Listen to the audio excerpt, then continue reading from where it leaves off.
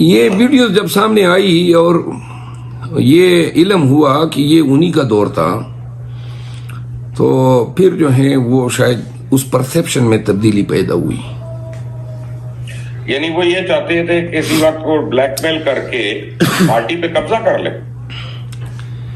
یہی ہوگا نا؟ میرا خیال شاید تھوڑا سا ڈیفرنٹ ہے. ہمارے لوگ شاید یہ سمجھ رہے تھے کہ وہ ہمارے ہمدرد ہیں، لیکن میں یہ سمجھتا ہوں کہ وہ تازی وہ باجوہ کے لیے کام کرتے تھے اور باجوہ کے تمام ٹارگٹس کو جو ہیں انہوں نے ڈیلیور کیا، اچیو کیا. ہمارا بن کے انہوں نے ہمیں گمراہ کیا، مس گائیڈ کیا، ناجائز لڑوایا. یہ بہت سارے کام اس کے دور میں.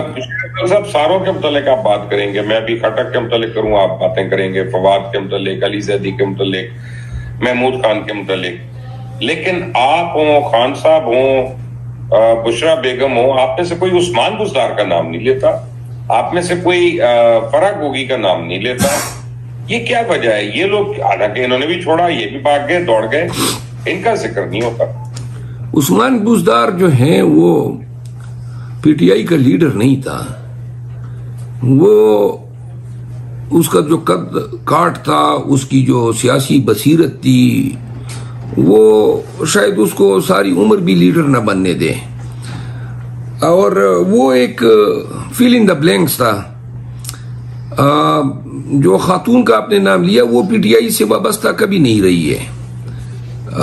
وہ اس کا پی ٹی آئی کا نہ کوئی آفس ہولڈر تھی، نہ آفس بیئرر تھی. اور دوسری بات یہ ہے کہ اس خاتون کو نہ میں نے کبھی ڈیفینڈ کیا ہے، لیکن اس پر ابھی تک جو کچھ بھی اس پہ لادا گیا ہے وہ سارے الزامات ہیں. اور تو میری جان عادت میں آئے گا تو آگے ایویڈنس ہوگا نا. آپ کو بھی پتا ہے، آپ تو وکیل ہیں اتنے پائی کے. وہ ٹھیک ہے، لیکن میں اب اس وکالت میں پہلے ہم کہتے تھے کہ جی قانون سے بھاگو مت، کیونکہ جو قانون سے بھاگتا ہے قانون جو ہے ان کو ڈسون کرتا ہے. اب ان وقتوں نے، برے وقتوں نے اور قانون کی بے رخی نے مجھے یہ ایک سبق سکھا دیا ہے کہ جہاں پہ کلائنٹ کا مفاد یہ ڈیمانڈ کرے کہ نہ انصاف ہو رہا ہے، نہ تفتیش ایمانداری سے ہو رہی ہے، تو پھر اسی میں خیر ہے کہ کلائنٹ کو بگاؤ. اور اب کیونکہ وکیل کے لیے تو جب ہمیں اعتقاد ہے کہ نہ تفتیشی نے اس کے ساتھ شرافت سے پیش آنا ہے. یہ کیا کیسز تھے جو پی ٹی آئی کی قیادت پہ بنائے گئے؟ یہ کوئی کیسز ہیں جو خان صاحب پہ بنائے گئے ہیں؟ تو ان کیسز میں جو لوگ بیرون ملک رہے، دیکھیں نا، بہت سارے ہمارے لیڈرز بیرون ملک رہے، اور جب یہ الیکشن ہونے کو تھے یا ہو گئے تو تب آئے. تو وہ لوگ کم از کم اس دور کی ظلم و جبر سے تو بچ گئے نا.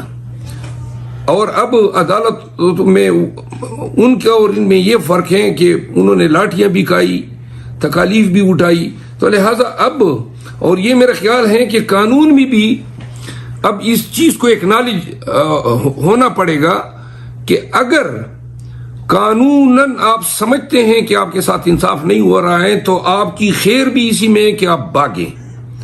اور قانون جو ہے وہ اب اس کو ایکنالج کر چکا ہے، کیونکہ کوئی ان کے ساتھ اس کو، ان لوگوں کو یہ سزا نہیں دی گئی کہ آپ باغی کیوں تھے. ان کے ساتھ اس بنیاد پہ کوئی تفریق نہیں ہوئی ہے. اس لیے لا نے ایڈمٹ کیا ہے کہ ایسے حالات میں باغا جانا جو ہیں وہ بھی قرین عین انصاف کے مطابق ہیں.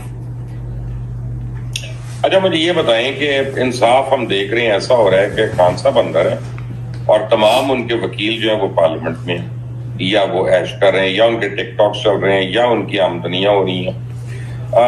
یعنی یہ وکیل ایسے ہیں کہ جو 2 مہینے خان کی اپیل بھی نہیں فائل کرتے توشہ خانہ میں یا کسی اور میں. تو میں کیسے مان لوں کہ سارے آپ لوگ وکیل جو ہیں وہ اپنے لیڈر سے سنسیئر ہیں؟ مبشر صاحب، یہ بڑا کمپلیکس کویسچن ہے. میں ابتدا میں خان صاحب کا تقریباً 30 سے 35 کیسز میں وکیل رہا ہوں. بہت سارے کیسز میں نے خان صاحب کے لیے کیے، اور ابھی بھی گزشتہ 10-15 دنوں میں بھی میں نے کچھ کیسز خان صاحب کے لیے فائل کیے ہائی کورٹس میں۔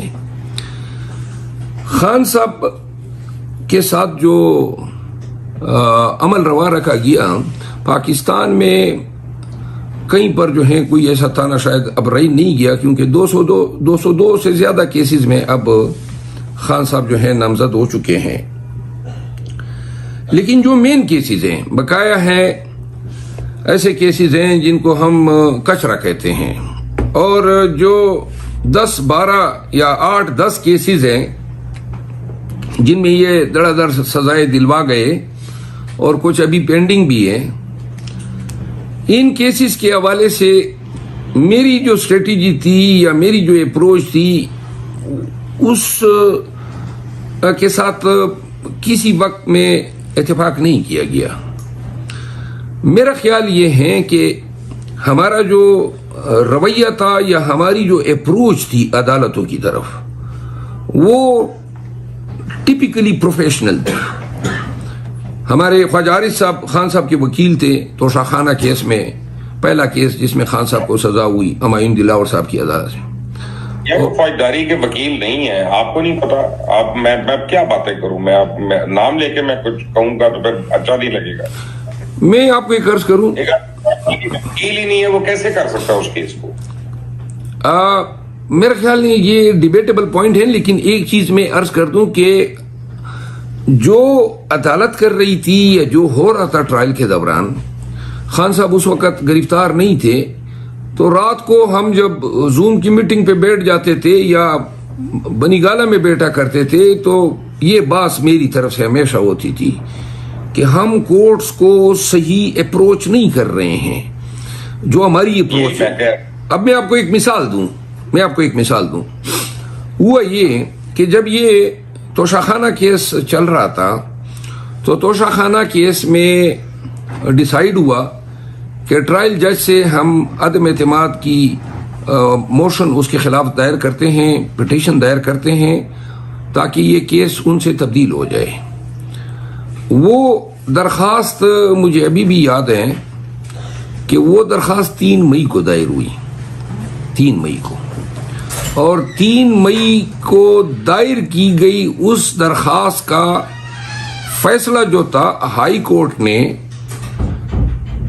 4 اگست کو کیا، یعنی کہ خان صاحب کو 5 اگست کو سزا ہوئی تو 4 اگست تک جو ہے وہ درخواست فیصلہ نہ کروائی جا سکی۔ زیادہ سے زیادہ یہ ہو جاتا نا کہ ہائی کورٹ اس درخواست کو خارج کرتی تھی، یہ 1 ہفتے میں بھی ممکن تھا۔ آپ کو کہتے کھڑے ہو کے کہ جی آپ پہ مجھے فیتھ نہیں ہے، وہ اپنے آپ کو ریکلوز کر لیتے۔ اس جج صاحب کو ہم نے کہا تھا، ٹرائل جج صاحب کو، اس نے کہا میں ریکلوز نہیں کرتا ہوں۔ ہم نے ہائی کورٹ میں بھی تحریری درخواست دی چیف جسٹس صاحب کو کہ آپ بھی ریکلوز کر لیں، انہوں نے بھی وہ ہماری پٹیشن جو ہے وہ آپ کو یاد ہے میرے ساتھ جواد خواجہ صاحب نے بھی ریکلوز نہیں کیا تھا۔ یہ ہمارے جج کرتے ہیں اس ملک میں ایسا۔ میں نے خود یہ دیکھا ہے کہ یہ آئین میں یہ سکم ہے کہ پاکستان میں اعلیٰ عدالتوں کے جج جو ہیں وہ اگر خود کسی کیس سے اپنے آپ کو علیحدہ نہیں کرتے ہیں تو پھر پاکستانی لٹیگنٹ یا شہری کے پاس کوئی بھی لیگل ریمیڈی نہیں ہے، آپ اس جج کے رحم و کرم پہ ہیں۔ تو لہٰذا بہت سے کامن لا جورسڈکشن میں کانسٹیٹیوشنل کورٹ کے ججز کے خلاف ریمیڈیز اویلیبل ہیں، لیکن پاکستان میں نہیں ہے، امریکہ میں بھی نہیں ہے۔ میرا خیال یہ ہے کہ ان واقعات حالات نے ہمیں سمجھا دیا۔ امریکہ میں 2 نمبری ہوتی نہیں ہے جو یہاں پہ ہو رہی۔ آئی ایم سوری، میں کنٹیمپٹ والی باتیں کر رہا ہوں، بٹ آئی ایم سوری۔ میرا خیال ہے کہ ہم یہ سمجھتے ہیں اگر وقت آیا تو ہم یہ ریمیڈی اور اس کے علاوہ عدالتی نظام کی تصحیح کے لیے ہمارے ذہن میں ہے کہ سپریم کورٹ جو ہے، سپریم کورٹ آف پاکستان، وہاں پہ لوگوں کے کیسز ہی نہیں لگتے ہیں کیونکہ اوور برڈنڈ ہیں، اور پھر کانسٹیٹیوشنل ڈسپیوٹس بھی ادھر جاتے ہیں۔ اور کانسٹیٹیوشنل اختیار، اپیلٹ اختیار، سول اپیل اختیار، کرمنل اپیل اختیار، اوریجنل جورسڈکشن، ان تمام اختیارات نے مل کے سپریم کورٹ آف پاکستان کو مجسمہ اختیارات بنا دیا ہے۔ ہم یہ سمجھتے ہیں کہ یہ انصاف نہیں ہے کہ ایک ادارہ اتنا با اختیار ہو کہ جو جس طریقے سے وہ مناسب سمجھیں وہ اسی کو انصاف کہیں۔ تازہ ترین مثال ہے ذوالفقار علی بھٹو کو پھانسی دی گئی سپریم کورٹ کہ اس کیے ہوئے عمل کو آج 1979 اور اب 2024 میں سپریم کورٹ آف پاکستان کہتے ہیں کہ فیئر ٹرائل کا حق نہیں دیا گیا۔ تو لہذا اگر اتنی با اختیار نہ ہوتی تو شاید بھٹو کو بھی انصاف ہوتا۔ ہمارے ذہن میں یہ ہے کہ اس کا حل یہ ہے کہ کانسٹیٹیوشنل کورٹ علیحدہ بنائی جائے پاکستان کی، اور جو سول اور کرمنل اپیل کورٹ ہیں، جس طرح یو کے میں بھی اس طرح کا نظام ہے، فرانس میں ہے، تاکہ جو اختیارات ہیں اور بہت سارے دیگر اداروں میں بھی اختیارات کی ڈسٹریبیوشن ہونی چاہیے۔ آپ دیکھیں نا، لیکن ایسے بھی تو ہے نا کہ کچھ ججز ہیں جو صرف آپ کے حق میں فیصلہ دے دیتے ہیں، جو کورٹ میں دیکھتے ہیں ملزم کو کہہ دیتے ہیں گڈ ٹو سی یو، اور پھر جس کا جو دل کرتا ہے وہ پشاور ہائی کورٹ چلا جاتا ہے اور اپنے فیور کی ججمنٹ بھی لے آتا ہے وہاں سے ہی۔ برابر صاحب ہم یہ باتیں بھی تو دیکھ رہے ہیں نا، جو آپ کے خلاف ہوا ہے میں مانتا ہوں ہوا ہے، تو وہ آپ کے فیور میں جو بڑی باتیں ہوئی ہیں نا وہ نہیں آپ لوگ مانتے۔ اچھا، میں اب آپ کو عرض کروں نا، یہ نون کا بیانیہ ہے جو ابھی آپ نے بات کی نا، نون یہ باتیں کرتی رہی ہیں۔ اب گڈ ٹو سی یو سے آپ ذرا تھوڑا سا اس کا بنظر عمیق جائزہ لیں۔ یہی بندیال صاحب تھے جنہوں نے رات کو عدالت لگائی، اور انہوں نے رات کو عدالت لگا کے ہمیں مجبور کیا کہ اقتدار چھوڑیں۔ اگر ان کی عدالت نہ لگتی تو عدم اعتماد کی تحریک جو تھی یا ان کا جو خواب تھا وہ پورا ہونا نہیں تھا۔ اور رات کو پھر اسلام آباد ہائی کورٹ بھی اسی رات لگی۔ پھر آپ دیکھیں کہ عمر عطا بندیال صاحب کے ساتھ پی ایم ایل این نے بڑی ایک کامیاب اسٹریٹجی اپنائی۔ انہوں نے کیا کیا، اس کو ڈائریکٹ ایکیوز کیا، ہردہ سرائیاں کی، اس پہ الزام تراشیاں کی، ان کے ساتھی جج اس پہ کی۔ اس کا ایک خاطر خواہ نتیجہ یہ نکلا کہ وہ تمام جج صاحبان جو ہیں وہ ڈیفنس پہ آ گئے، بجائے اس کے اس کا حل تھا کہ یہ کنٹمپٹ کی جورسڈکشن ایزیوم کرتے۔ جناب علی یہ خاموش رہے، پھر دھرنے تک نوبت آئی، مولانا صاحب دھرنا لے کر ریلی لے کر چلے گئے، جو زبان سپریم کورٹ کے لیے استعمال ہوئی۔ اب آپ عمر عطا بندیال صاحب کے دور کی ایک نیکی بتا دیں، ایک نیکی جو پاکستان تحریک انصاف کے ساتھ انہوں نے کی ہو، اور میں 10 ایسے کام بتا سکتا ہوں جو جس نے ہماری بےخکنی میں کلیدی کردار ادا کیا۔ مثال کے طور پہ انہوں نے فیصلہ کیا کہ جی سپریم کورٹ نے آرڈر کیا کہ جی پنجاب اور کے پی میں الیکشن ہو جائیں، اور میرا خیال ہے کہ 14 مئی کی تاریخ تھی 2022 کی کہ الیکشن ہوں گے۔ اپنا پنجاب میں کے پی انہوں نے کہا تھا اپنے اس کے مطابق۔ اچھا، اب یہی تو ڈسپیوٹ تھا۔ سپریم کورٹ نے فیصلہ کیا، اس کے بعد بھی بندیال صاحب چیف جسٹس رہے، لیکن جس دن یہ ابھی 9 مئی نہیں آیا ہے، 1 سال بعد 9 مئی آتی ہے، لیکن اس فیصلے کو جس بے دردی کے ساتھ پامال کیا گورنمنٹ نے، اور اس روز سے بے توقیری شروع ہوئی عدالتوں کی بھی اور رول آف لا کی بھی۔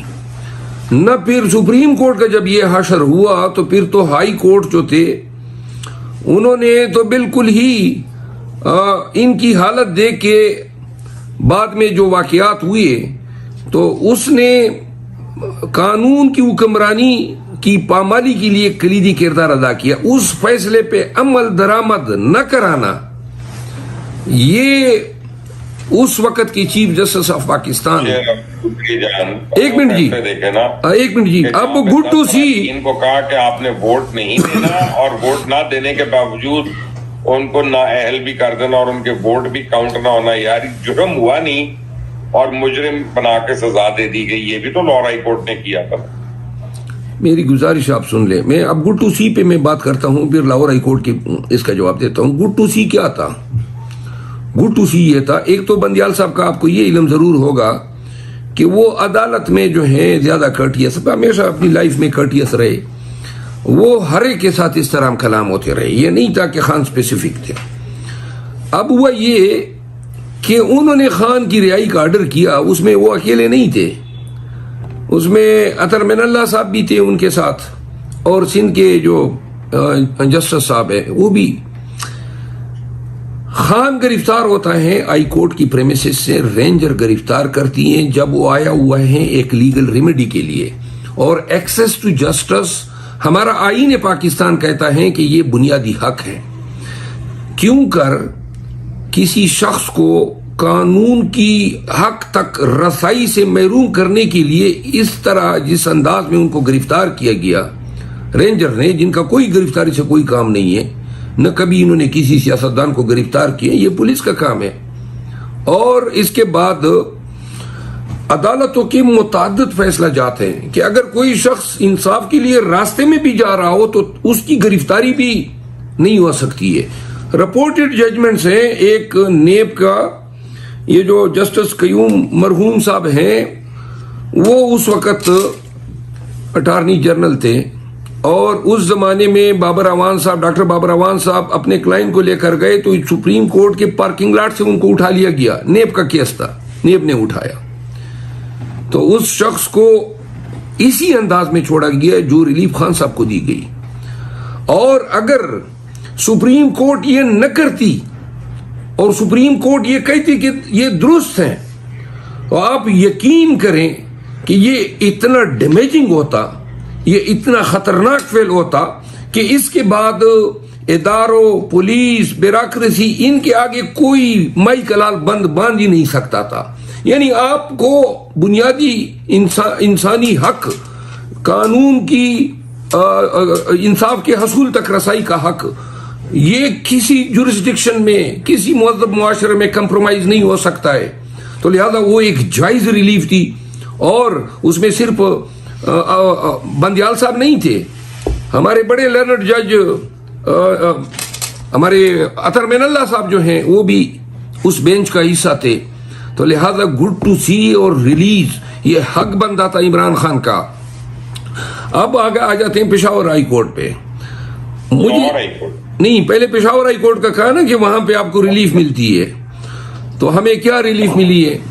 ہمیں ریلیف ملی ہے پشاور ہائی کورٹ میں کہ بلہ ہمارا واپس کیا گیا. بلہ ہم اس لیے گئے، آپ کو پشاور ہائی کورٹ بغیر کسی وجہ کے ریزرو سیٹیں بھی دے دے گا کے پی کے میں، مجھے تو لگ رہا ہے. میں آپ کو ایک عرض کروں، یہ اب آپ کا دوسرا ذیلی سوال آ گیا، پہلے سوال کا جواب دوں. جب بلہ ہم سے لے لیا گیا تو بلے اس بنیاد پہ لیا گیا کہ جو انٹر پارٹی الیکشن چمکنی کے گاؤں میں پاکستان تحریک انصاف نے کرائی، جس کے نتیجے میں بیرسٹر گور اور عمر ایوب خان جو ہیں الگ ترتیب چیئرمین اور سیکرٹری جنرل بنے، وہ پشاور کی جورسڈکشن میں ہوئے تھے. تو ہم پشاور ہائی کورٹ گئے اور انہوں نے ہمیں بلا دیا.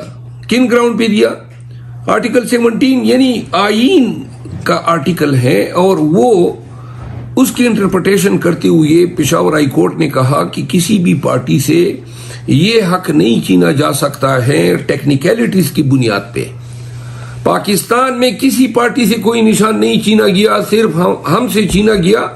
انہوں نے فیصلہ دیا ڈویژن بینچ 2 جج صاحبان نے، اور پھر اس فیصلے کو جو ہے الیکشن کمیشن جو ہے پارٹی بنی ہوئی ہے، اور انہوں نے جا کے سپریم کورٹ میں چیلنج کیا، اور پھر سپریم کورٹ نے یہ حکم صادر کیا کہ بغیر بلے کے یہ جائیں. تو لہذا ہم سے بلہ سپریم کورٹ نے چھینا، اور اس کے نتائج آج تک ہم بھگت رہے ہیں. 5 سے 6 ملین. آپ کو بھی پتا ہے کہ یہ بھی سپریم کورٹ کا ایک ڈیسیجن ہے. آپ تو کیونکہ آ گیا تو میں اس پہ کرٹیسائز کر سکتا ہوں. یہ دنیا کا واحد ملک بن گیا ہے جہاں اشتہاریوں کو، مفروروں کو، ملزموں کو الیکشن لڑنے کی اجازت ملتی ہے. یہ دنیا میں کسی ملک میں نہیں ہے. یہ بالکل آپ نے دیکھا نا، نواز شریف صاحب 4 سال سے بگوڑا تھے، اور یہی نظام ان کو لایا، اس کو ہتکڑی تک نہیں لگائی گئی. یہ ایک نیا قانون بنا دیا گیا مفروروں کے لیے. مفرور جو ہیں وہ بیل میں جہاں پہ یہ سزا یافتہ ہو، ایک تو اس طرح کی ضمانت ہو نا کہ آپ ابھی تک پیش ہی نہیں ہوئے ہیں اور آپ مفرور ہوتے ہیں، اور ایک اس طرح کا کیس ہو جس طرح نواز شریف کے کیس تھے. نواز شریف صاحب جو ہے سزا یافتہ تھے کیسز میں، اور عدالت کی رعایت پہ یہ بیرون ملک گئے تھے. تو آپ کی حکومت تھی، عمران خان وزیر اعظم تھے، بزدار وزیر اعلیٰ تھے، کسی اور کو کیا بلیم کرنا. میں آپ کو عرض کروں، نواز شریف نے بیسیکلی ڈیل کی ہوئی تھی بھاجپا کے ساتھ، اور اس ڈیل کے توفیل جو ہیں گئے. بعد میں اس نے ریوارڈ دیا جب بھاجپا کا ایکسٹینشن کا میٹر آیا. یہ 2019 میں گئے اور بھاجپا کا ایکسٹینشن آیا تو نون ان کے ساتھ کڑی ہو گئی، تو لہٰذا یہ ڈیل ان کی بھاجپا کے ساتھ تھی. سر ایک سیکنڈ، جو سائن کرنے والی اتھارٹی ہے وہ تو چیف ایگزیکٹو ہے نا؟ نہیں، انہوں نے تو یہ کام عدالتوں کے ذریعے کروا دیا، لاہور ہائی کورٹ ہے. اور عدالت نے کون سا اپنا 50 روپے کے اسٹیمپ پیپر پہ لے لیا یار؟ پھر آپ مجھے کہتے ہیں عدالت کی عزت کرو. میرا خیال ہے کہ ہماری خودی، ہماری حمیت، ہماری غیرت اب ہمیں یہ سکھاتی ہے کہ جو اپنے فرائض کی انجام دہی میں بددیانتی کا ارتکاب کرتا ہے، طرفداری کرتا ہے، بدنیتی سے اس کام کی ادائیگی کرتا ہے، ایسے لوگ کسی بھی منصب پہ بیٹھے ہو عزت کے حقدار نہیں ہے. دیکھیں، میں تو عزت کرنے پہ مجبور ہوں ایسے لوگوں کی جیسے ریحانہ ڈار ہیں، ہماری والدہ کے برابر ہیں، والدہ ہی ہیں، کہ وہ جیتے یا نہ جیتے الیکشن لیکن ایٹ لیسٹ وہ ڈڈلے سے کھڑی تو ہے. جیسے عمر چیمہ ہے کہ وہ جیل میں ہے اور وہ بیچارے کو کوئی فائدہ بھی نہیں ہوا ساری اس سیاست کا، لیکن وہ کھڑا ہے باہر اصولوں پہ اپنے کھڑا ہے. میں تو ایسے لوگوں کی عزت کرنے پہ مجبور ہوں، اور ایسے بگوڑوں کی نہیں کہ جو یوں کر کے بھاگے ہیں تاکہ جو $100 ملین کھائے ہوئے ہیں وہ عزم ہو جائے کسی طرح اور وہ لیجٹمیٹ ہو جائے. دیکھیں، ریحانہ ڈار صاحبہ جیت چکی ہے. خواجہ آصف صاحب، ٹھیک ہے، آپ کا موقف ہے نا. میں آپ کو ایک بات کروں، قطع نظر اس کے ان کی رسپیکٹ ہمارے دلوں میں رہے گی. بہت سارے لوگ اس کڑے دور میں ہیرو بن کے ابھرے ہیں. آج آپ نے میرا جب تعارف کرایا تو آپ کو تو یاد ہے، میں تو آپ کے سامنے 7-8 سال تک تو آپ کے کیسز میں وکیل رہا، اور آپ کو یاد ہے میرا مزاج ہی ایسا ہے، اور میں ہوں یہی چیز جو برے وقت میں بھی یہی رہا جو میں تھا. میں آپ کو عرض کروں، خان کے ساتھ کھڑا رہنے پہ اور مظلوموں کے ساتھ کھڑا رہنے پہ آج مجھ جیسے ناچیز کو لوگ جدھر دیکھتے ہیں وہاں پہ تھوڑی دیر میں مجمع بن جاتا ہے. جو عزت اللہ نے دی یہ میں نے کبھی مانگی نہیں تھی، نہ میں نے اس کا سوچا تھا. اب آپ میرا تقابلی جائزہ کرائیں پرویز خٹک سے، علی زیدی کے ساتھ کرائیں، وہ چوہان کے ساتھ کرائیں، محمود خان کے ساتھ کرائیں، یا لوگوں کے ساتھ میں آپ کا مقابلہ کیوں کروں؟ نہیں، میں آپ کو عرض کرتا ہوں نا، جنہوں نے ان کو چھوڑا ان کا عوام نے اور پھر خدا نے کیا حشر کیا. اور جو خان کے ساتھ کھڑے ہوئے، ایک نام بتا دیں جو خان کے ساتھ کھڑا رہا ہو اور وہ عزت اور تکریم اور پاکستانیوں کی فیور کا جو ہے وہ توجہ نہ بنا ہو. دیکھیے، اب یہاں پہ ایک ڈسپیوٹ ہے، مجھے سمجھ نہیں آتی میں کیا سوچوں. عارف الوی خان کے ساتھ کھڑا رہا کہ دھوکہ دے گیا؟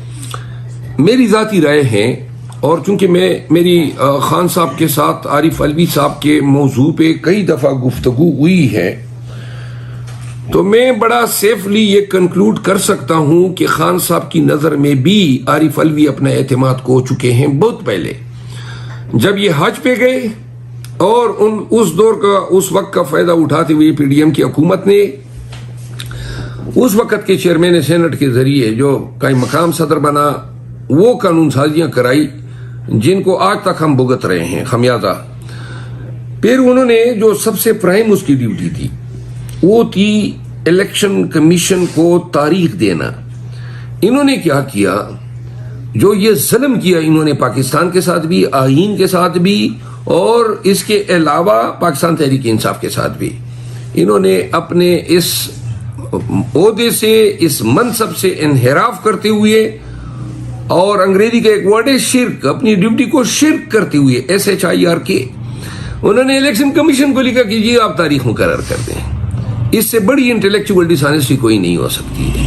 تو لہٰذا میں نے اسی دن، جس دن انہوں نے یہ کام کیا، میں نے میڈیا پہ بولا تھا، اور بعد میں جب خان صاحب سے دوسرے تیسرے دن ملاقات ہوئی تو خان صاحب نے اس کی تائید کی، اور خان صاحب نے جو ہے ان کے لیے انتہائی ناپسندیدگی کا اظہار کیا۔ کوئی کیڑا نکالنے والا ڈاکٹر جو ہے، یہ نہ گھر کا رہا نہ گھاٹ کا رہا۔ دیکھیں، آج میں نے کہیں اس کا انٹرویو دیکھا کراچی میں، گھر میں بیٹھ کے وہ اب قانون کی باتیں کر رہا ہے۔ اللہ کے بندے، جب آپ اس منصب پہ فائز تھے، اور جب آپ عزت بھی کما سکتے تھے، امر بھی ہو سکتے تھے اپنی پارٹی کے ساتھ اور عوام پاکستان کے ساتھ وفاداری پہ، تب آپ نے جو ہے ہمارا ساتھ چھوڑ دیا۔ اور جبکہ صدر پاکستان کے منصب پہ آپ بیٹھے ہوئے تھے، کوئی آپ کو کوئی گھر سے اٹھا نہیں سکتا تھا، کوئی آپ کو مار پیٹ آپ کے ساتھ نہیں کر سکتا تھا، لیکن دھمکیوں سے ڈر کے حضرت نے جو کیا، میرا خیال نہیں ہے کہ اس کے لیے کبھی بھی پاکستان تحریک انصاف کے دروازے پہ کوئی ویلکم کرے گا۔ اچھا جی، کیا PTI نے آفیشلی عادل راجہ اور حیدر مہدی کا بائیکاٹ کر دیا ہے کہ دبے لفظی ہے؟ پاکستان تحریک انصاف نے اس معاملے پہ ڈسکشن کی، یہ معاملہ پارلیمانی کمیٹی میں بھی میں لے گیا، اور یہ معاملہ جو ہے خان صاحب کے نوٹس میں بھی آ چکا ہے، اور باقاعدہ طور پہ اسد قیصر صاحب نے اس کا اعلان کیا، پوری دنیا کو بتایا کہ یہ ان کے ساتھ ہمارا کوئی تعلق نہیں ہے، اور یہ اگر PTI کا نام استعمال کر رہے ہیں تو PTI کے ورکرز کو یہ ایڈوائس ہوئی ہے کہ ان سے دور رہیں، ان کو ان فالو کریں، اور ان کی کسی مہم کا حصہ نہ بنیں۔ کیا یہ سچ ہے کہ خان صاحب کو اعلیٰ عہدیداروں نے جیل کے اندر ملاقاتیں کی ہیں؟ خان صاحب جو ہے، خان صاحب کے ساتھ یہ جو اعلیٰ عہدیدار کا لفظ آپ نے استعمال کیا، اس کی میں نام اس لیے لیتا کہ ایک جرنلسٹ کو تو آپ نے پہلے اٹھوا چکے ہیں، مجھے بھی اٹھوانا ہے۔ نہیں، میں آپ کو عرض کر دوں، دیکھیے یہ اٹھوایا جانا بھی اب روٹین ہو گیا ہے، ٹھیک ہے نا جی۔ ہمیں ہر وقت مینٹلی فزیکلی اس عمل کے لیے تیار رہنا چاہیے۔ خان صاحب کے ساتھ جو ہے کوشش ہوئی ہے کوئی بات چیت کی، اور یہ میں پہلے سے واضح الفاظ میں تردید کرتا آیا ہوں، انڈائریکٹلی بے شک جب وہ اٹک جیل میں تھے، اور اس کے بعد جب اڈیالہ جیل ٹرانسفر ہوئے تو اس وقت جو ہے صدر علوی صاحب جو ہیں، اور ایک لیڈر تھے، ایک وقت میں وزیر اطلاعات رہے تھے، محمد علی صاحب تھے یا اس طرح کچھ نام تھا، میرے ذہن سے اب نکل رہے، بڑے دورانی صاحب، جی ہاں، دورانی صاحب نے اپنا ایک کردار ادا کرنا چاہا۔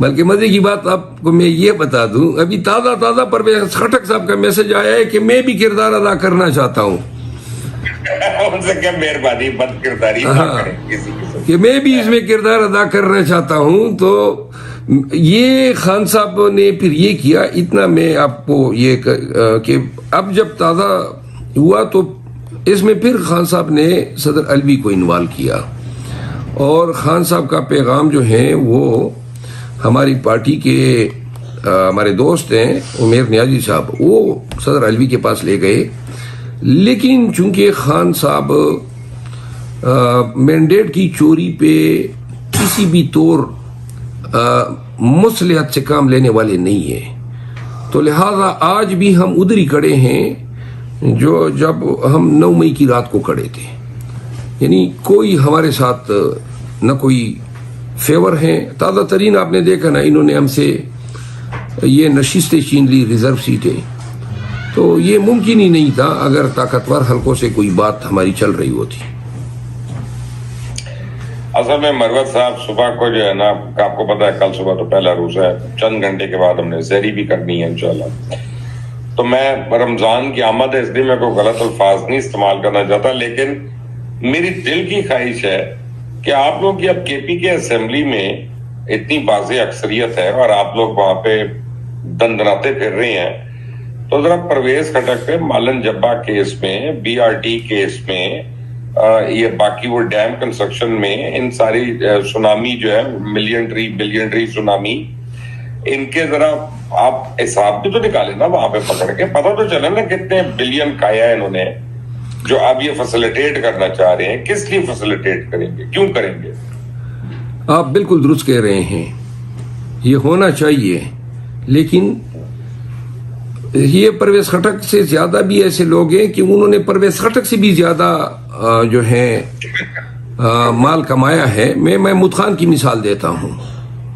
محمود خان نے جو دولت کمائی ہے اور جس انداز میں کمائی ہے بالخصوص مائننگ کے شعبے سے, اور بھی بہت ساری چیزیں جو ہیں ان کی ہمارے ریڈار پہ آئی ہیں, لیکن میں بحیثیت وکیل اور جب ہمارا نعرہ یہ ہے کہ ہم قانون کی حکمرانی پہ یقین کرتے ہیں, تو لہذا سرکار کے اختیار کو اپنے ذاتی انتقام کی تشفی کے لیے استعمال کرنا یہ قانون کے حکمرانی کے نوشن سے جو ہے متضاد ہے. البتہ یہ ضرور میں کہوں گا کہ جہاں جس شخص کو قانون جس طرح ٹریٹ کرتا ہے وہ اسی طرح ٹریٹ ہوگا, تو لہذا یہ قانون پہ ہم چھوڑیں گے کہ قانون اگر ان کو جیل کی سلاخوں کے پیچھے بیچتا ہے تو یہ جائیں گے, لیکن اس میں یہ ایلیمنٹ نہیں ہوگا کہ میں بحیثیت شیر افضل پیچھے لگ جاؤں اور کہوں کہ جی یہ فلاں کیس کو ذرا ترجیح دیں,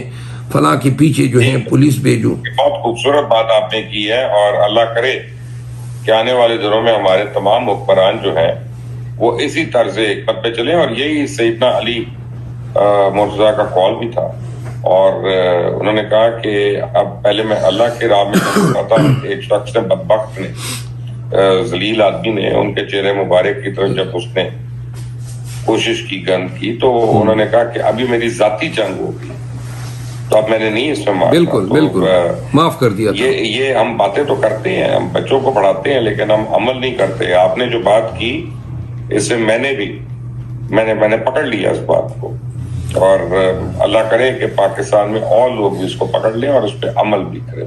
پاکستان میں مروت صاحب آپ جی سر, میں آپ سے یہ ریکویسٹ کروں گا کہ تحریک انصاف کے بہت سے لوگ ہیں جو بیچارے مس گائیڈڈ ہیں, جن کو گائیڈ کرنے والا کوئی نہیں, کیونکہ آپ لوگوں کا تنظیمی ڈھانچہ مان لیں یہ تو تتر بتر ہوا بھائی, یہ تو پہلے اچھے وقتوں میں نہیں تھا, تو اب کہاں سے ہونا.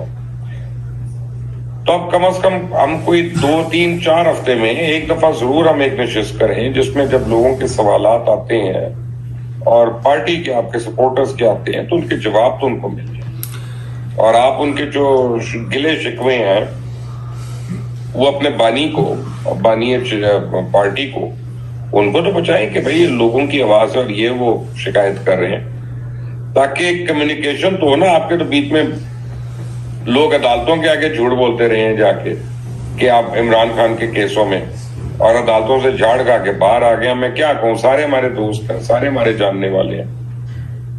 آپ کی بات درست ہے, اور یہ پنجاب میں ہماری تنظیم جو ہے, بالخصوص پنجاب میں ہماری تنظیم جو ہے وہ افراتفری کا شکار ہے, اور ضرورت ہے کہ ہم ٹیئر 1 اور ٹیئر 2 کی تنظیمیں ہر صوبے میں رکھیں, تاکہ ایسے حالات رہیں تو ٹیئر 2 ٹیک اوور کر سکیں. اب جو ہے جب حکومت یا اختیار جو ہیں, شاید میں اب یہ کہنے میں ایک بجانب ہوں گا کہ فی الوقت مجھے یہ نظر آ رہا ہے کہ اختیار جو ہیں اب صحیح معنوں میں پولیس یا ڈی سی خود استعمال کر رہا ہے. پہلے یہ ڈی سی اور پولیس جو ہیں یہ استعمال ہوتے تھے, تو استعمال ہونے میں یہ ان کے عمل جو تھا نا وہ اتنا تیز تر ہوتا تھا، اتنا مضر ہوتا تھا، اتنا ناگہانی ہوا کرتا تھا، لیکن سیاسی ورکروں نے تو ساری عمر ان کو تو بکتا ہے، لیکن ان کا وہ روپ اس لیے تیز تھا یا مہلک تھا کیونکہ وہ استعمال ہو رہے تھے۔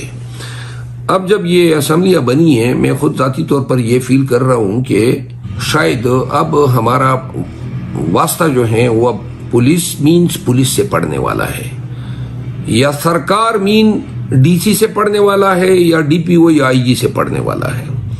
یہ تھوڑی سی آسانی ہے میرا خیال ہے، جب تک کہ دوبارہ کوئی ایسے حالات نہ پیدا کیے جائے کہ ان کا اختیار جو ہے وہ دوبارہ کوئی کنٹرول میں نہ لے۔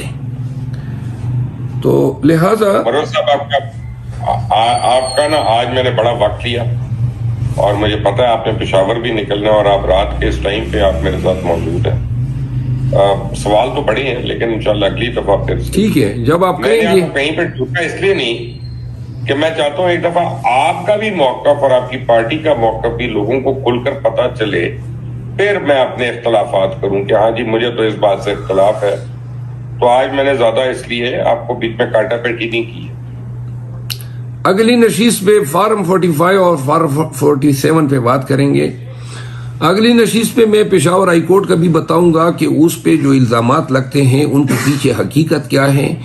اگلی نشست پہ میں آپ کو یہ بھی بتاؤں گا کہ پاکستان تحریک انصاف کے بیشتر جو لیڈرز ہیں وہ 9 مئی کے بعد کچھ تو چھوڑ گئے اور کچھ کمپرومائز ہوئے، کچھ سہولت کاری کرتے رہے، اور بعد میں ان لوگوں نے بھی ہمیں چھوڑ دیا۔ پھر جو ہے کس طریقے سے جو ہے ہم ابھی تک خان صاحب کو وہ قانونی اچیومنٹ جنگ میں نہیں دلا سکے جو کوئی بھی دوسرے ملزم کو جو ہے حاصل ہو چکی ہوتی۔ پھر جو ہے بہت ساری چیزیں اور ہیں، بین الاقوامی سیاست پہ بھی کچھ بولنا تھا، لیکن جب بھی آپ نیکسٹ نشست رکھیں گے میں آپ کو یہ بھی بتاؤں گا کہ کس طریقے سے ہم نے کے پی میں کنونشن کا آغاز کیا، نہ کہ صرف کنونشن کیے خیبر سے کراچی تک، بلکہ کامیاب کنونشن کیے۔ نتیجہ 8 فروری کو قوم نے خان کے اس شعور کی بنیاد پہ جس طرح ووٹ سے پی ٹی آئی کو نوازا۔ بہت ساری باتیں آپ کو بتانی ہے، لیکن اگلی نشست جب بھی آپ کہیں گے انشاءاللہ میں آپ کو اٹینڈ کروں گا۔ بڑی مہربانی آپ کی شیر افضل مروت، اللہ تعالیٰ آپ کو سلامت رکھے، صحت کے ساتھ رکھے۔ Until the next time, thank you sir, مہربانی، شکریہ۔